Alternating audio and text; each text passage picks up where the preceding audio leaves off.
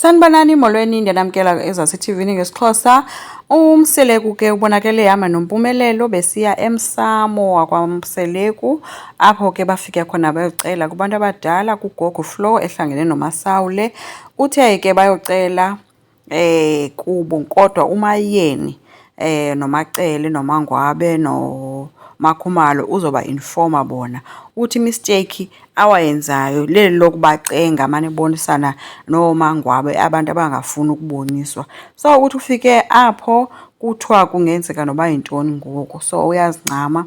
Uzocela ke kuFlo ukunweba umzi, uzokhupha iinkomo ezizezakhe ziyolobola, uzokhupha kanonozakuzaku abathile bayomcelela isihlobo esihle emzini othile.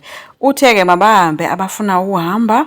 Uthi ndiyacinga uba uMangwabe yena ungasegeyithini njengangoku, noba angafowuna itrakhi ifike ithathe iimpahla zakhe, hayi kulungile. Wathi uMayeni akathembi uba angahamba, seyitshintshile nokwingqondo yakhe ngoku, okanye ke sezalwe ngokutsha. Uthi uMakhumalo uyamazi yena uzokikizela, then uMacele uzothi mzise ndizombona umakoti. So uMpumelelo uthe ke uyamvuyela uyise xa ethe wanesigqibo kwinto ebekudala eyifuna. Uthe ke beselimshiyile ixesha. So ke uMseleku ke watsho ke nento yoba sizawukhupha neenkomo zomzukulwana wenu ke xa sesikhuphe ezam, apho kuzohanjwa kuyolotyolelwa khona. uMpumelelo uyazeka naye.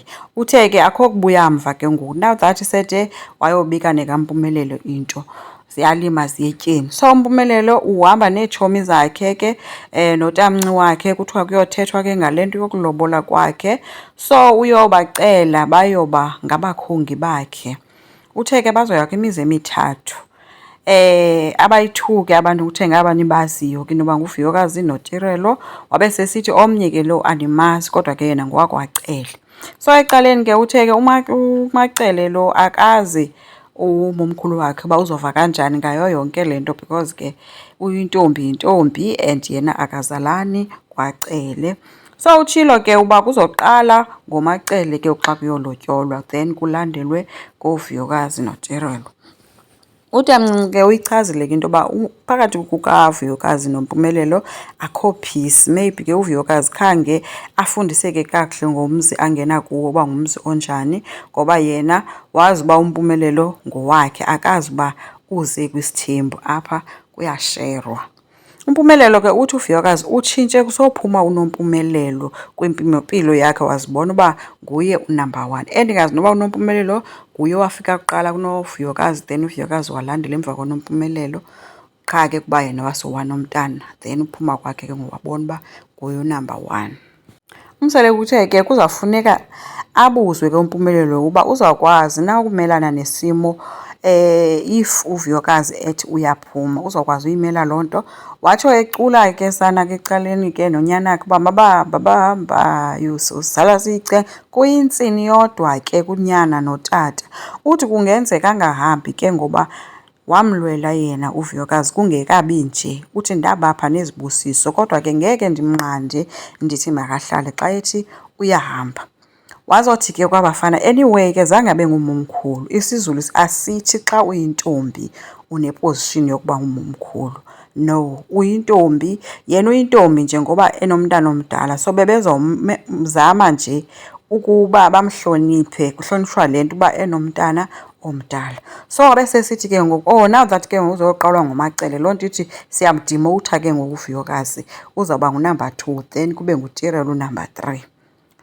Uyancoma ke uyise, uthi yena uzele indoda kulo mfana, uthi soze bamzala ofana naye. Uyise uthe uMpumelelo sizomhlupha ke isithembu ngoba akakwazi ukubhalansisa, sembonile.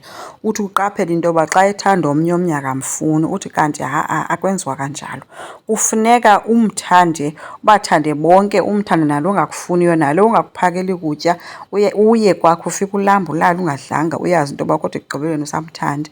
Nalo ungafuni ulala nawe uye kuye uyolala kwakhe ngokumaziyo, nalo kuliwayo kwakhe hamba uyolwa naye ngokwaziwayo uba kuyaliwa kodwa nje umthande. Uthi ungaphumi uye komnye ngoba nakuthi omnye lo awuyandilwisa lo akafuni ukulala nam. Uthi kule into zazi uba ubotshelelwe njengedonki, ngenile. uMseleku uthe ke angayenzi ke uMpumelelo into koyika abafazi bade bamqabela entloko njengaye. Uthi mna hayi bahleli kum ndiye ndaboyika. So wena nyanam uzungayivumeli ke loo nto leyo.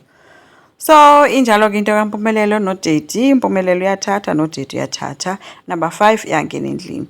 Asibuvezelwanga ke ubuso buka-number 5 kodwa ke umsele kuhambile wohlangana naye ungumntu okhoyo bancokolile naye but khange afune ukusivezela. Uthe until aze abonwe uMacele then sakumbona. Into ethi ke sawumbona kwisizini elandelayo. Enkosi ngicela siqhubeke subscribe, silike, singakhomenta futhi. Bye.